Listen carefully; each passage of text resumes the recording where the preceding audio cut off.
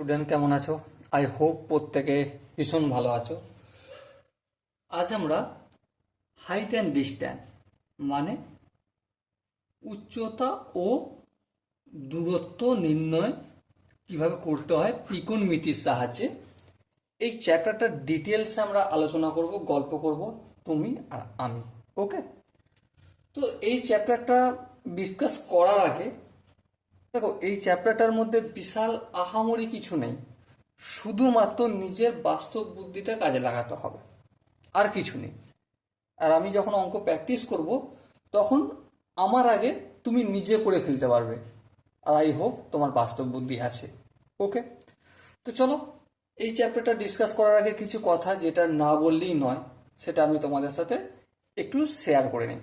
দেখো, এই চ্যাপ্টারটা আমরা ডিসকাস করব না, কিন্তু তার আগে যেই যেই বিষয়গুলো আমাদেরকে জানা খুব দরকার, সেই সেই বিষয়গুলো কি?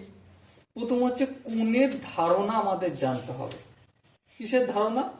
কোণ সম্পর্কে, কোণ পরিমাপের ধারণা জানতে হবে, মানে প্রথম চ্যাপ্টারটা ত্রিকোণমিতির।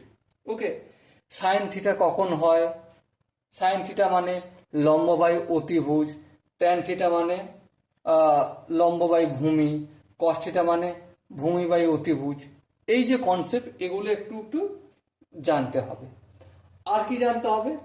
Sign theta, cos theta, sec theta, tan theta, cot theta, cosec theta, এর যে ভ্যালুগুলো আছে না, 0 ডিগ্রির ভ্যালু কত, 30 ডিগ্রির ভ্যালু কত, এইগুলো আমাদেরকে জানতে হবে।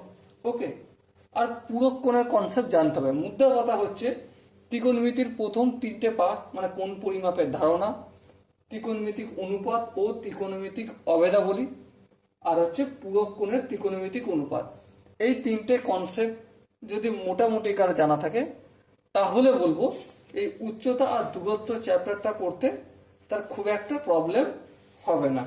ওকে, চলো আজকে আমরা উচ্চতার দূরত্ব নির্ণয় করব। কিন্তু উচ্চতার দূরত্ব নির্ণয় তো করব, তার আগে কয়েকটা জিনিস আমরা জানবো, কয়েকটা টার্ম জানবো। যেমন ধরো, উন্নতি কোণ কাকে বলে? কি বললাম? উন্নতি কোণ, এই বিষয়টা জানবো আমরা। ঠিক আছে, আর কি জানবো? অবনতি কোণ, এই বিষয়টাও আমরা জানবো। কিন্তু এই দুটো বিষয় জানার আগে প্রথম আমি অনুভূমিক রেখা কি সেটা আগে আলোচনা করব। কি বললাম? অনুভূমিক রেখা। কারণ হয়তো কারো কাছে মনে হতে পারে যে এই তো এই এরকমভাবে টানা রেখাটাকে অনুভূমিক রেখা বলে, নর্মালভাবে তুমি দুম করে বলে দিলে।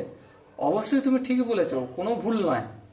কিন্তু এই সহজ জিনিসটাই না, এই চ্যাপ্টারটা ডিসকাস করতে গিয়ে অনেকের প্রবলেম আসতে পারে, সেই জন্য আমি এই জিনিসটাই প্রথম ডিসকাস করব।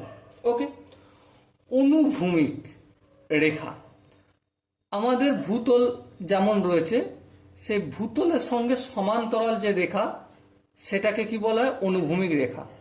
সাপোজ এটা হচ্ছে আমার ভূমিতল, ঠিক আছে, এর উপরে এই যে রেখাটা ডায়ে বাঁয়ে গেছে, সেটা কি হয়ে যাচ্ছে? এই রেখাটা অনুভূমিক রেখা।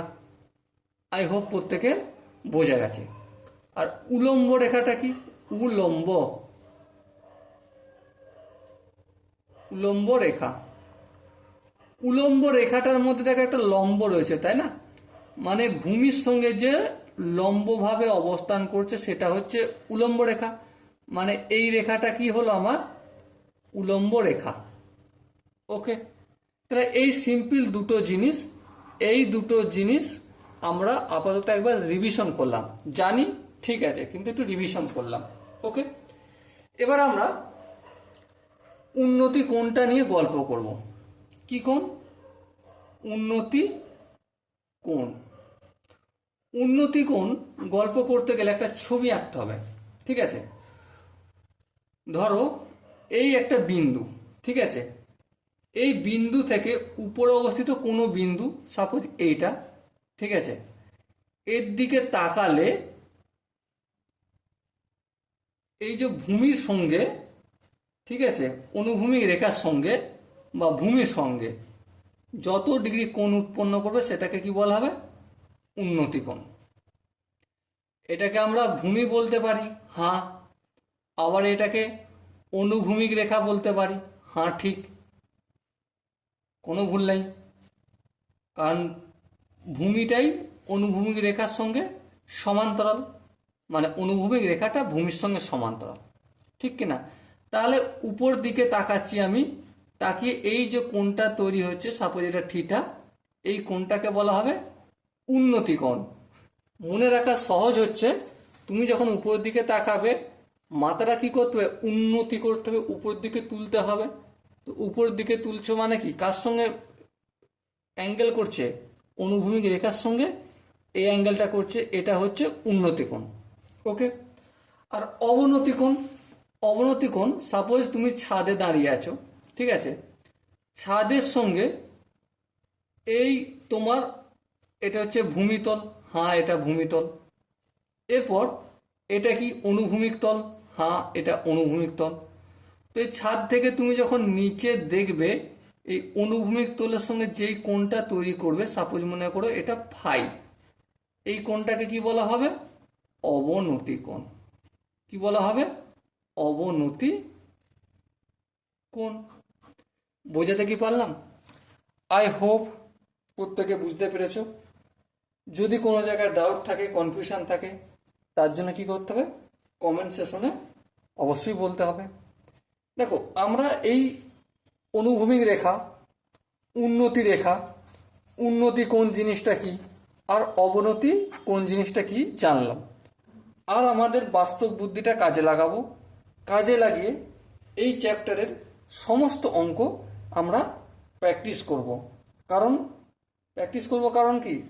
কারণ একটাই, আমরা যে পরীক্ষায় বসবো না, এসএসসি সিজিএল বলো বা মাধ্যমিক পরীক্ষা বলো বা জেক্সপো বলো বা এমটিএস বলো, সিপিও বলো, যে কোনো কম্পিটিটিভ পরীক্ষা, আরপিএফ বলো, কনস্টেবল পরীক্ষা বলো, প্রতিটা পরীক্ষায় এই উচ্চতা এবং দূরত্ব চ্যাপ্টারটা রয়েছে।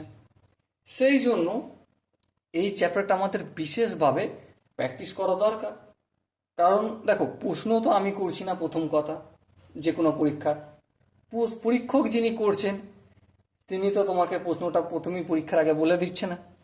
সব বলে যেহেতু দিচ্ছে না, আননোন জিনিস ফেস করার থেকে চ্যাপ্টারটা সম্বন্ধে আমাদের যদি স্বচ্ছ ধারণা থাকে এবং সাথে সাথে আমরা যদি অঙ্ক প্র্যাকটিস করে থাকি, তাহলে পরীক্ষার হলে গিয়ে আমাদের প্রবলেম ফেস করতে হবে না, আমরা অনায়াসই আনসার করতে পারবো, তাই না? তো সেই জন্যই আমরা এই চ্যাপ্টারের ডিটেলসে অনেক অঙ্ক প্র্যাকটিস করব, যাতে করে এতটা প্র্যাকটিস করে নেব যেন কোশ্চেনটা দেখার পর মনে হয়, হ্যাঁ এই অঙ্কটা তো আমরা প্র্যাকটিস করেছি, তাহলে এটা তো আমি পারি করতে। 30 সেকেন্ডের মধ্যে যেন ফটাক করে আনসারটা হয়ে যায়। ওকে। সো ডিয়ার স্টুডেন্ট, দেখা হচ্ছে পরবর্তী সেশনে। অনেক কোশ্চেন নিয়ে আসছি, একটা একটা করে কোশ্চেন এক একটা ভিডিওতে থাকবে। ওকে, ততক্ষণ পর্যন্ত ভালো থেকো, সুস্থ থেকো এবং জয় হিন্দ।